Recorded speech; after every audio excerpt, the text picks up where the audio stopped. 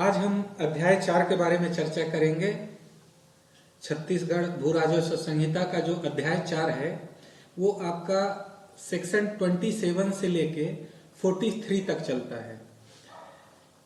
तो ये अध्याय 4 का जो हेडिंग है आपका राजस्व अधिकारियों तथा राजस्व न्यायालयों की प्रक्रिया।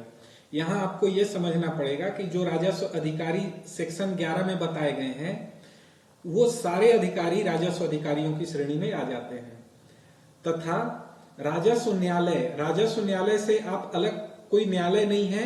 ये जो राजस्व अधिकारी हैं जब ये कोई सुनवाई काम करते हैं तब उन्हें न्यायालय की अधिकारिता प्रदान की जाती है। ये आगे हम देखेंगे, चर्चा करेंगे, तो इसमें कंफ्यूज होने की जरूरत नहीं है। ये राजस्व अधिकारी ही राजस्व न्यायालय का कार्य करते हैं। इनके लिए कुछ अधिकार प्रदान किए गए हैं और जो कार्रवाई ये करते हैं उस कार्रवाई की प्रक्रिया क्या होगी, इस बारे में चर्चा अध्याय 4 में आपका किया गया है। धारा 27 यह कहता है जांच करने का स्थान क्या होगा। इसमें यह बोला गया है कि कोई राजस्व अधिकारी जांच कहां करेगा। तो यहां स्पष्ट ये कहा गया है जो उसकी क्षेत्राधिकारिता है, जो उसकी स्थानीय सीमा है, उसके बाहर नहीं करेगा। बाकी अपनी स्थानीय सीमा के अंतर्गत वो कहीं भी जांच कर सकता है। इसका एक अपवाद ये बताया गया है उपखंड अधिकारी। उपखंड अधिकारी जैसा कि पहले भी चर्चा किया गया पिछले क्लास में कि उपखंड अधिकारी कौन होता है, वो सहायक कलेक्टर, ज्वाइंट कलेक्टर या डिप्टी कलेक्टर में से किसी को उपखंड अधिकारी का पदभार कलेक्टर प्रदान करता है। तो वह उपखंड अधिकारी किसी मामले की जांच या सुनवाई उस जिले में, जिस जिले में वह उपखंड अधिकारी के रूप में काम कर रहा है, उस जिले में किसी स्थान पे कर सकता है। इसका मतलब ये कि जितने भी तहसीलदार हैं वो तहसील के अंदर काम करेंगे, कलेक्टर जो है उस जिले के अंतर्गत सुनवाई करेगा, जितने भी राजस्व अधिकारी हैं वो अपने क्षेत्राधिकार में काम करेंगे। लेकिन उपखंड अधिकारी के लिए आवश्यक नहीं है कि वो केवल उसी उपखंड में काम करेगा, वो अन्य जगह भी उस जिले के अंतर्गत, जिस जिले में वो उपखंड अधिकारी है, वहां जांच या सुनवाई का कार्य कर सकता है। इसके बाद 28 की बात आती है भूमि पर प्रवेश करने तथा उसका सर्वेक्षण करने की शक्ति। ये जो रेवेन्यू अथॉरिटी होते हैं, रेवेन्यू के अधिकारी होते हैं, वो भूमि पर प्रवेश करने और उसके सर्वेक्षण करने के लिए उनको अधिकार ये 28 के अंतर्गत CGLRC के अंतर्गत प्रदान किया गया है। इसके अंतर्गत ये कहा गया है कि समस्त राजस्व अधिकारी, राजस्व निरीक्षक, भूमापक, पटवारी और उनके सेवक तथा कर्मकार, ठीक है, ये सारे क्या हैं, किसी भूमि पर प्रवेश कर सकेंगे अगर उनको ऐसा निर्देश प्रदान किया जाता है कि वो किसी भूमि पर प्रवेश करें, तो उस निर्देश के परिपालन में किसी भूमि पर प्रवेश कर सकेंगे और उसका सर्वेक्षण कर सकेंगे और उसका सीमांकन कर सकेंगे, उसका एरिया की जांच कर सकेंगे और इस संहिता के और अन्य प्रवृत्त अधिनियमों के अधीन अपने कर्तव्यों के अंतर्गत वो जब कार्य कर रहे होंगे, जब वो प्रवेश करेंगे या कोई सर्वेक्षण करेंगे, तो हो सकता है कि उस प्रवेश करने के दौरान, सर्वेक्षण करने के दौरान उसके स्वामी को या कब्जेधारी को कुछ नुकसान हो, लेकिन वो नुकसान कम से कम होनी चाहिए। यहाँ वही बात कही गई है कि जब वो ऐसा कार्य करेंगे तो ऐसा करने में उस नुकसान से अधिक नुकसान कारित नहीं करेंगे जो उसके कर्तव्य के पालन के लिए आवश्यक हो। अर्थात वो कोशिश करेंगे कि नुकसान कम से कम हो। इसके बाद ये भी बताया गया है कि अगर किसी भवन में या कोई निवास गृह है और उस निवास गृह के बरामदे में भी अगर उसको प्रवेश करना है किसी राजस्व अधिकारी को, या तो कोई निवास गृह है या कोई भवन है या उसका कोई प्रांगण है, कोई बरामदा टाइप से है या उद्यान टाइप से है। सामान्यतः जो कुछ घर होते हैं वो अपने घर के बाउंड्री के अंदर छोटा सा उद्यान लगाते हैं और बाउंड्री किया हुआ होता है, तो वहां यही बात कहा गया है कि वो अगर राजस्व अधिकारी ऐसे जगह में प्रवेश करते हैं तो उसके अधिभोगी के सम्मति के बिना प्रवेश नहीं करेंगे, ठीक है। और सम्मति देने के लिए उसको कितना समय दिया जाएगा? 24 घंटे की सूचना। 24 घंटे की सूचना देंगे, उससे सम्मति लेंगे और फिर उसके बाद प्रवेश करेंगे। सम्मति किसकी लगेगी ये ध्यान रखने योग्य है। सम्मति यहाँ अधिभोगी की लगेगी। अधिभोगी मतलब जिसके कब्जे में वो संपत्ति है। मान लो मेरी संपत्ति है, लेकिन वहां पे कोई और व्यक्ति रह रहा है, उस जमीन का भोग कर रहा है, उस जमीन पे कब्जा किसी और व्यक्ति का है, तो उस कब्जेधारी व्यक्ति से सम्मति ली जाएगी, ना कि मेरे से सम्मति ली जाएगी। ठीक है। इसके बाद बात आती है मामलों को अंतरण करने की शक्ति। मामले को अंतरण करने की शक्ति, इसके अंतर्गत दो प्राधिकारी हैं, दो अथॉरिटी हैं, एक मंडल एक आयुक्त। मामले के अंतरण करने की शक्ति, अपने पास से मामले को किसी दूसरे के पास दे देना या नीचे के किसी अधिकारी से मामले को उठा के किसी दूसरे अधिकारी को दे देना, ये अंतरण करने की शक्ति के अंतर्गत आता है। यहाँ वो बात कही गई है। यहाँ क्लॉज 1 में मंडल को अधिकारिता दी गई है और क्लॉज 2 में आयुक्त को अधिकारिता दी गई है अंतरण के लिए, ट्रांसफर के लिए।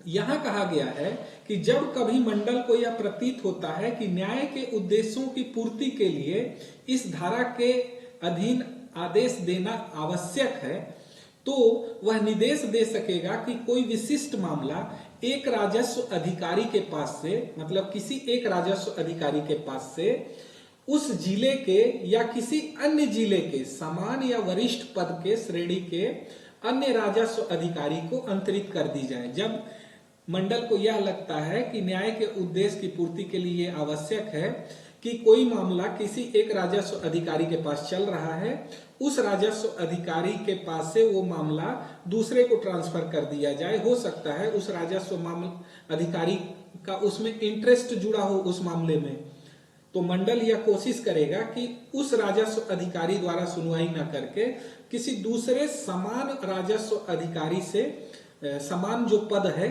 उस राजस्व अधिकारी से या फिर उससे वरिष्ठ राजस्व अधिकारी से उसकी सुनवाई करवाई जाए। तो इसलिए वह अन्य राजस्व अधिकारी को मामला अंतरित कर सकता है। यही पावर आयुक्त को दी गई है, लेकिन ये आयुक्त को जो पावर दी गई है वो उसके संभाग में दी गई है।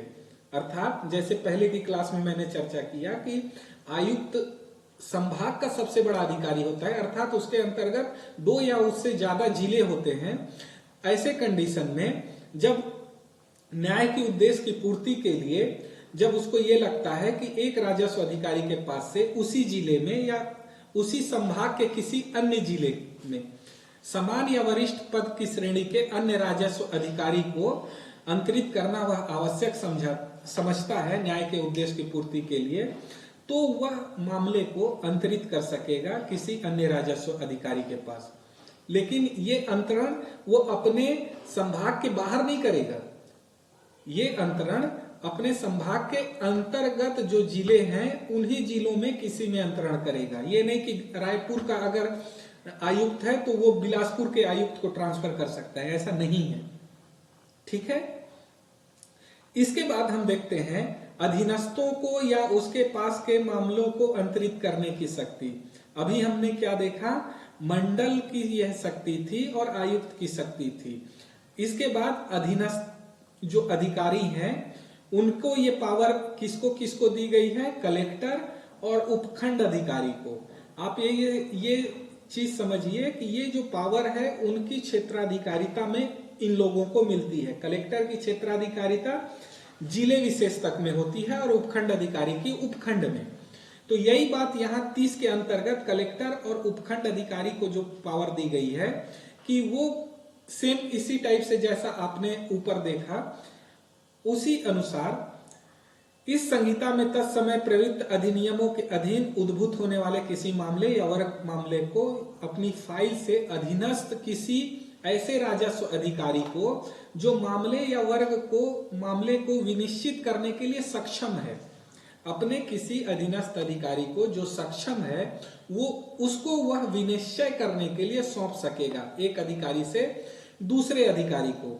ये पावर कलेक्टर को और उपखंड अधिकारी को दी गई है। यहां आपको अथॉरिटी का नाम याद करना सीजीएलआरसी में बहुत जरूरी है। ज्यादा से ज्यादा क्वेश्चन अथॉरिटी के नाम के आधार पे ऑब्जेक्टिव आपके किसी भी एग्जाम में बनते हैं।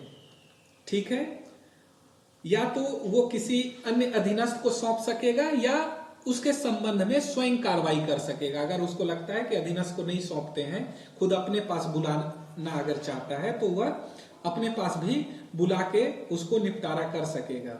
ठीक है, ये बात इसके अंतर्गत कही गई है। और क्लॉज 2 में ये कहा गया है कि आयुक्त, कलेक्टर, उपखंड अधिकारी और तहसीलदार, कौन कौन? आयुक्त, कलेक्टर, उपखंड अधिकारी और तहसीलदार, इनको ये पावर दी गई है कि ये जांच तथा रिपोर्ट के लिए मामला अपने अधीनस्थों को सौंप सकेंगे। किसके लिए? जांच के लिए तथा रिपोर्ट के लिए। कौन कौन? आयुक्त, कलेक्टर, उपखंड अधिकारी और तहसीलदार, ये 4 रेवेन्यू अधिकारी जो हैं, रेवेन्यू ऑफिसर, इनको ये अधिकार दी गई है कि जांच के लिए तथा रिपोर्ट के लिए ये मामले अपने अधीनस्थों को सौंप सकेंगे, लेकिन सुनवाई के लिए नहीं सौंप सकेंगे। ये सब, ये जो तहसीलदार है, ये नया जो अभी आपने ऊपर देखा कि ये सब ऊपर में मंडल सौंप रहा है या फिर आयुक्त सौंप रहा है, कलेक्टर सौंप रहा है और उपखंड अधिकारी सौंप रहा है, लेकिन यहां जब तहसीलदार की बात आती है तो संयुक्त रूप से इनका नाम आ रहा है और ये बोल रहे हैं कि इसके अंतर्गत कोई उद्भूत होने वाला कोई मामला है तो उस मामले के संबंध में किसी अपने अधीनस्थ राजस्व अधिकारी को जांच या रिपोर्ट के लिए सौंप सकेगा। ठीक है, वो अधीनस्थ अधिकारी को बोल देगा कि भाई तुम इस मामले में जांच करो और अपनी रिपोर्ट मुझे प्रस्तुत करो, या फिर किसी अन्य राजस्व अधिकारी को, सक्षम अधिकारी को आप प्रस्तुत करो। तो जब वो रिपोर्ट प्रस्तुत करेगा तो उसके आधार पर सुनवाई की जाएगी।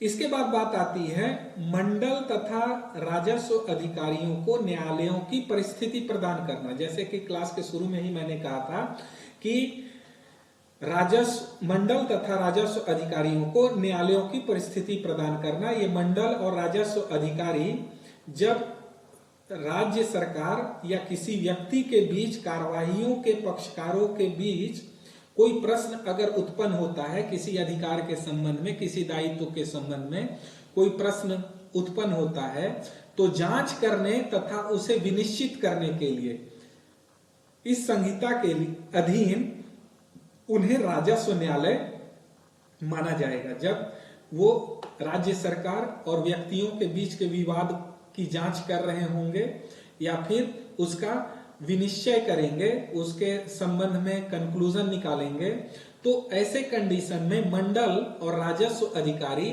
न्यायालय के समक्ष माने जाएंगे और वो न्यायालय क्या होगा? राजस्व न्यायालय। ठीक है, तो ये राजस्व न्यायालय के रूप में यही मंडल और रेवेन्यू अधिकारी, रेवेन्यू के ऑफिसर काम करते हैं।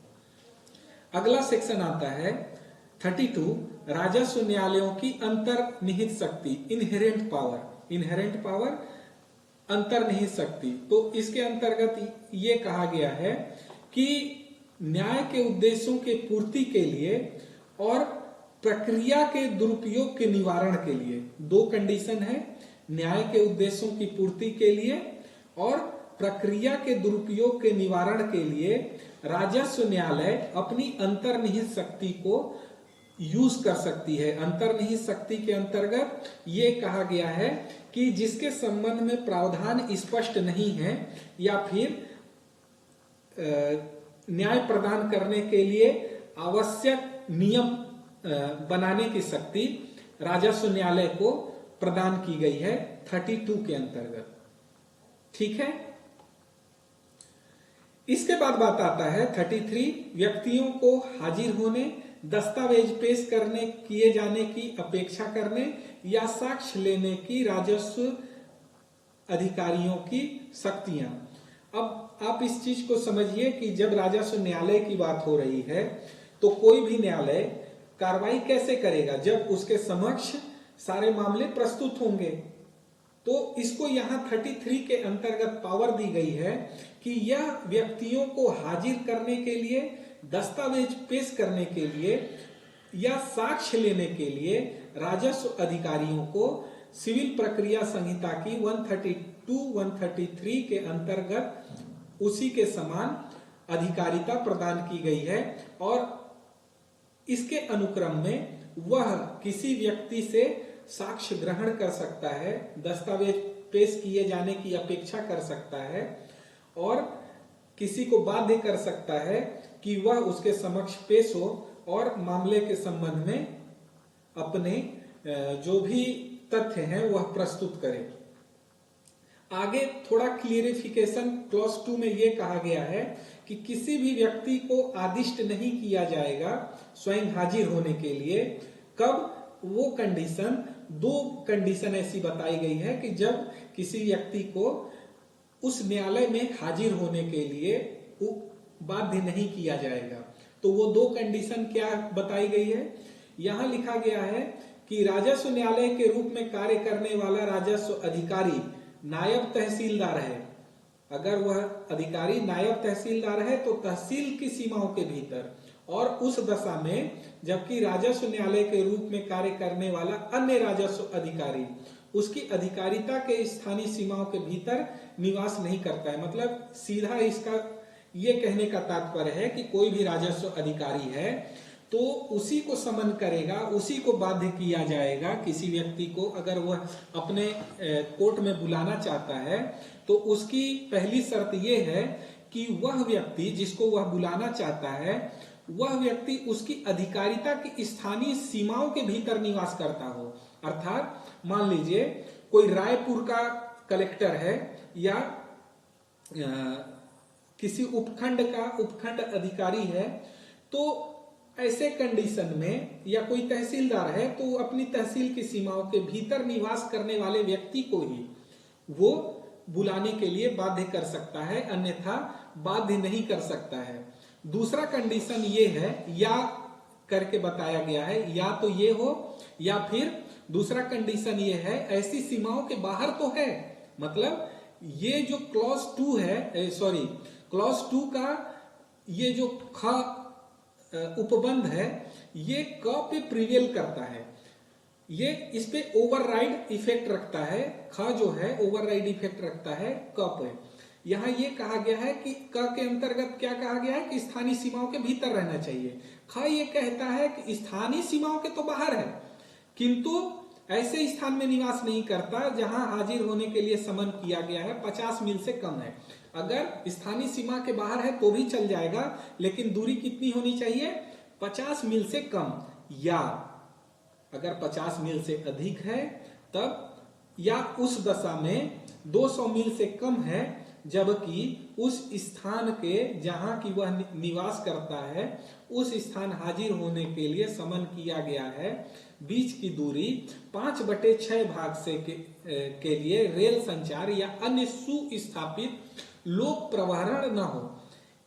ये ख रखने का सीधा आवश्यकता ये समझिए कि किसी भी व्यक्ति को अगर उपस्थित करना है तो ख के अंतर्गत बताया गया है कि 50 मील से कम दूरी है तब उसको आदेश किया जा सकेगा। अगर 50 मील से ज्यादा दूरी है, 50 मील से कम दूरी है तो कोई दिक्कत नहीं है। 50 मील से ज्यादा है लेकिन 200 मील से कम है, 50 से ज्यादा और 200 मील से कम, उस कंडीशन में यह देखा जाएगा कि जो व्यक्ति यहाँ बुलाया जा रहा है उसके आने का साधन ठीक है कि नहीं है, प्रॉपर है कि नहीं है। कई बार क्या होता है जो दूरस्थ गांव होते हैं वहां पैदल काफी चलना पड़ता है, तो वो कंडीशन ध्यान में रखते हुए ये कहा गया है कि वो जो दूरी है उस दूरी का 5/6 भाग, मतलब आप मान लीजिए कि 300 किलोमीटर है तो उसका 5/6 भाग क्या होगा? 250 किलोमीटर। इसी तरह अगर 150 किलोमीटर है तो उसका 5/6 भाग क्या होगा? 125 किलोमीटर। इस कंडीशन में क्या कहा गया है? 200 मील से कम। 200 मील से कम के अंतर्गत मान लीजिए 150 किलोमीटर है, यहां मील शब्द का उपयोग है, किलोमीटर का उपयोग नहीं है, यह भी ध्यान रखिएगा। तो मान लीजिए अगर 150 किलोमीटर की दूरी है, अब उसको उपस्थित करना है तो ये देखा जाएगा कि जो उसके आने का साधन है, वो साधन जैसे मान लो ट्रेन का साधन या अन्य सुस्थापित लोक प्रवरण। सुस्थापित लोक प्रवरण के अंतर्गत आपकी बस की सेवाएं भी आ जाएंगी, जो पब्लिक ट्रांसपोर्ट है वो सेवाएं भी आ जाएंगी। तो अगर 150 किलोमीटर है तो देखा जाएगा कि 125 किलोमीटर कम से कम उसका रास्ता ऐसा हो जिसके लिए लोक प्रवरण का साधन की व्यवस्था हो। अगर ऐसा है तब उस व्यक्ति को बुलाया जाएगा, अन्यथा नहीं बुलाया जाएगा।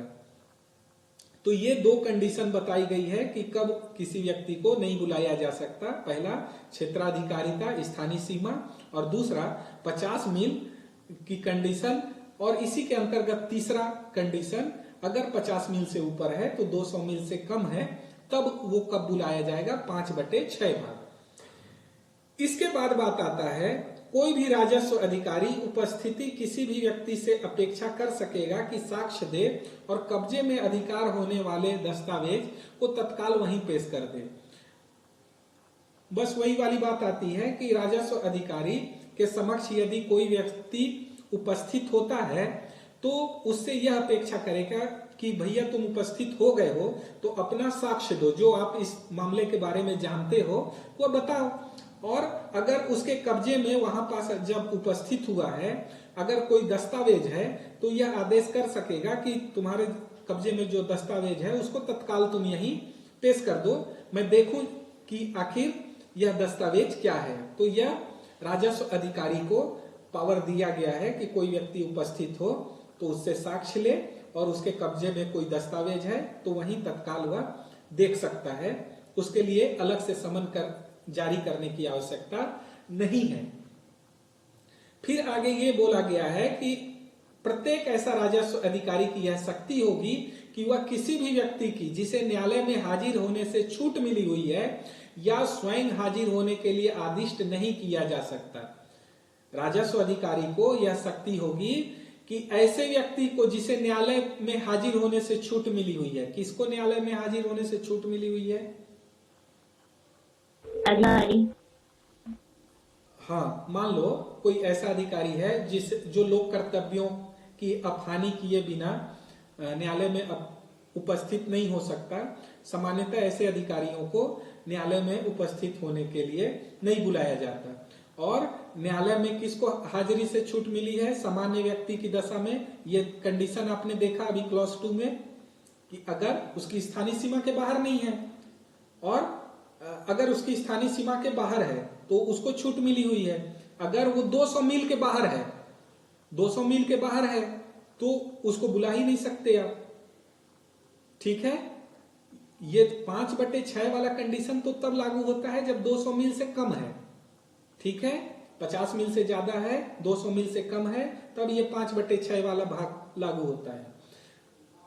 तो कहने का तात्पर्य यह है कि जिसको उपस्थिति से छूट मिली है उसे स्वयं हाजिर होने के लिए आदिष्ट नहीं किया जा सकता, या जो बीमार है या विकलांग है, ऐसे कंडीशन में वो हाजिर होने में असमर्थ है तो उसके लिए कमीशन जारी कर सकता है। कमीशन के संबंध में मैंने पिछली क्लास में चर्चा की है, जो नहीं जानते हैं वो ये समझ लीजिए कि कमीशन के अंतर्गत एक प्रश्नावली तैयार की जाती है और सामने वाले को भेजा जाता है किसी व्यक्ति के माध्यम से, और वो सामने वाला जो साक्षी है उससे वो प्रश्न पूछे जाते हैं और वो प्रश्न के संबंध में जो आंसर देता है वो आंसर रिकॉर्ड करके वापस उस न्यायालय को भेजे जाते हैं। ये सारी प्रक्रिया क्या कहलाती है? कमीशन। ठीक है, अब मान लो राष्ट्रपति का साक्ष्य चाहिए तुमको, अब राष्ट्रपति थोड़ी आएगा रेवेन्यू कोर्ट में, सामान्यतः नहीं आएगा, तो ऐसे कंडीशन में उसको कमीशन जारी किया जाएगा और फिर प्रश्नावली के रूप में उससे पूछा जाएगा कि अगर किसी मामले में तो वो जानकारी पूछी जाएगी, उसमें वो अपनी जानकारी देगा और फिर वो जानकारी रिकॉर्ड करके वापस कर दिया जाएगा राजस्व न्यायालय को। ठीक है, तो ऐसे कंडीशन में कमीशन जारी किया जाएगा जिसको छूट मिली हुई है, या फिर जो बीमार है या जो विकलांग है और असमर्थ है आने में, ऐसे कंडीशन में उसके लिए कमीशन जारी करने की व्यवस्था 33 के क्लॉज 4 के अंतर्गत की गई है। 34 बोलता है कि साक्षी को हाजिर होने के लिए कब विवश किया जाएगा या किस तरह से विवश किया जा सकता है। तो यहाँ ये कहा गया है कि यदि कोई व्यक्ति किसी साक्षी के रूप में हाजिर होने के लिए दस्तावेज पेश करने के लिए समन किया गया है और समन की अनुपालन में चूक करता है, उसको मतलब किसी को समन किया गया, बोला कि भैया तुम उस दिन आ जाना, और वो उसके अनुपालन में चूक कर रहा है, वो नहीं आ रहा है, तो वह अधिकारी जो रेवेन्यू ऑफिसर है जिसके लिए धारा 33 के अंतर्गत समन जारी किया गया है, वह अधिकारी क्या कर सकेगा, गिरफ्तारी या जमानती वारंट जारी कर सकेगा। ठीक है, गिरफ्तारी या जमानती वारंट, ठीक है, इसके अंतर्गत गिरफ्तारी का वारंट भी जारी कर सकेगा या जमानती वारंट जारी कर सकेगा। दूसरा क्या कर सकता है वो काम कि उस व्यक्ति को यह आदेश दे सकेगा कि उपस्थिति के लिए प्रतिभू दे, श्योरिटी दे, अगर वह उपस्थित नहीं होता है तो उस श्योरिटी को जब्त कर सकेगा। तो यहाँ दूसरा कंडीशन है, अन्य व्यक्ति को आदेश दे सकेगा कि उपस्थिति के लिए तुम श्योरिटी दो, तुम समन के पालन में उपस्थित होगे। और तीसरा कंडीशन ये बताया गया है, उस व्यक्ति पर 1000 रुपए से अनधिक जुर्माना लगा सकेगा, मैक्सिमम 1000 रुपए तक जुर्माना लगा सकेगा, 900 800 कुछ भी लगा सकता है, लेकिन ये जुर्माना 1000 रुपए से ऊपर का नहीं होना चाहिए। तो साक्षी को हाजिर होने के लिए ये सब काम रेवेन्यू ऑफिसर कर सकेगा। इसके बाद आती है बात पक्षकार की अनुपस्थिति में सुनवाई। किसी को समन जारी किया गया, अब वो आ ही नहीं रहा है, तब क्या कंडीशन है, तो वो 35 बताया है। 35 दो कंडीशन के बारे में बताता है। समन जारी करने के लिए क्या होता है सामान्य प्रक्रिया कि समन रेवेन्यू न्यायालय अपने खर्चे में जारी नहीं करता।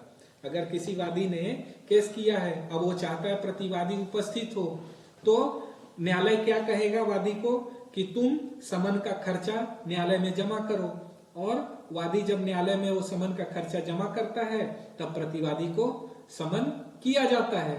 अब वादी समन का खर्चा ही नहीं जमा करे तो समन होगा ही नहीं, और जब समन नहीं होगा तो समन की तामील नहीं होगी।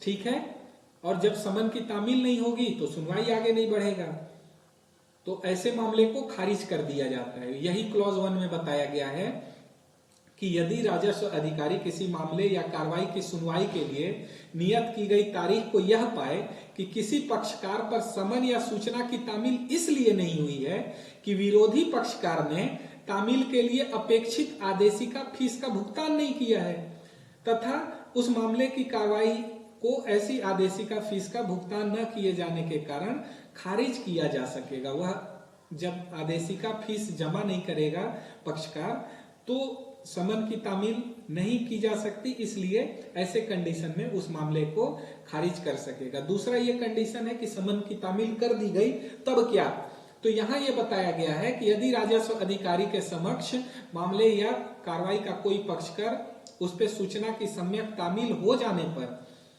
जो सुनवाई के लिए नियत है अगर उपस्थित नहीं होता है तो वह मामले को यथा स्थिति अनुपस्थिति में सुन सकेगा।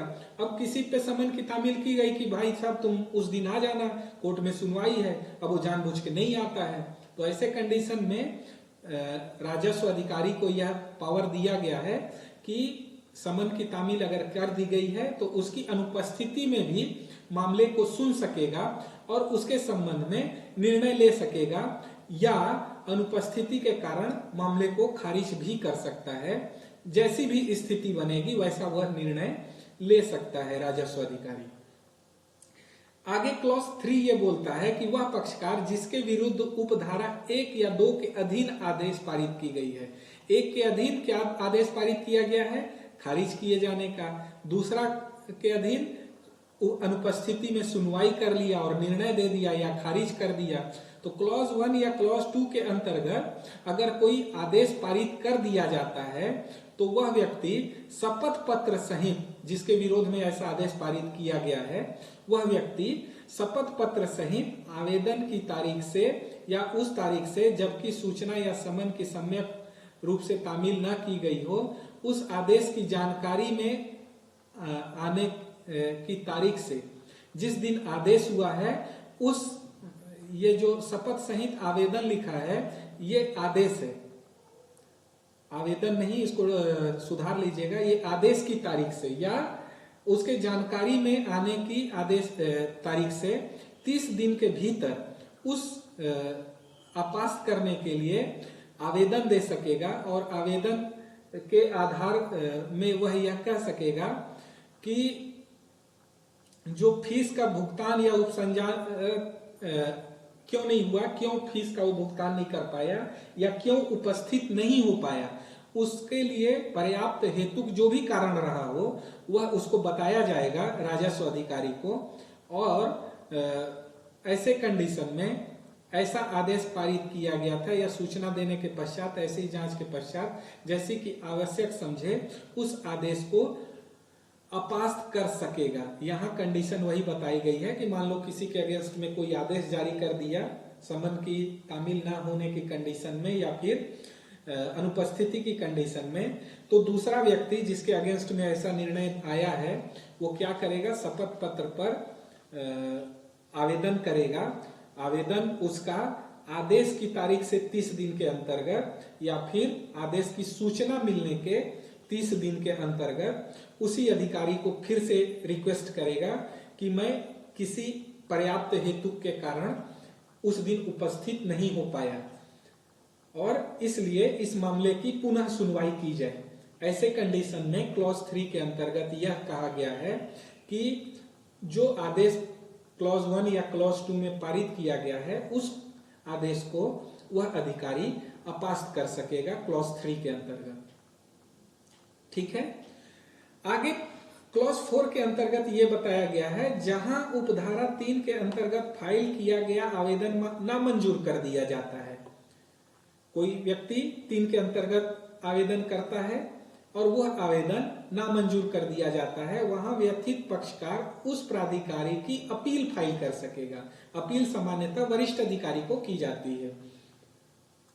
अगर जिस अधिकारी ने आदेश दिया क्लॉज 1 क्लॉज 2 में, उस आदेश के अगेंस्ट में उसी अधिकारी से क्लॉज 3 के अंतर्गत आवेदन किया जाएगा और क्लॉज 3 के अंतर्गत वो अधिकारी को ये पावर है कि वो आदेश को या तो अपास्त कर दे या तो अपास्त ना करे। अब मान लो अपास्त नहीं करता है क्लॉज 3 के अंतर्गत, तब क्लॉज 4 के अंतर्गत ये प्रावधान किया गया है कि उस आदेश की फिर अपील की जा सकेगी, वह अपील फाइल कर पाएगा और वह अपील ऐसे होगी जो सामान्यतः मूल आदेश के विरुद्ध अपील होती है। अगर उसने कोई आदेश जारी कर दिया होता राजस्व अधिकारी ने, उस मामले में जैसे अपील होती है वैसी ही अपील इसके अंतर्गत क्लॉज 4 के अंतर्गत की जाएगी। आगे यह बताया गया है कि उपधारा 4 में उपबंधित के सिवाय या उस दशा में के सिवाय जबकि राजस्व अधिकारी के समक्ष के किसी मामले या कार्रवाई का गुणावगुण के आधार पर विनिश्चय कर दिया गया है, इस धारा के अधीन पारित किए गए किसी आदेश के विरुद्ध कोई अपील नहीं होगी। यहां ये कहा गया है जो क्लॉज 4 है उसके अंतर्गत अपील हो सकेगी या गुणावगुण के आधार पर अगर मामला निर्णित किया गया है तब अपील हो सकेगी, अन्यथा अपील नहीं की जा सकती है। ठीक है, तो ये आपका आज 35 तक हुआ।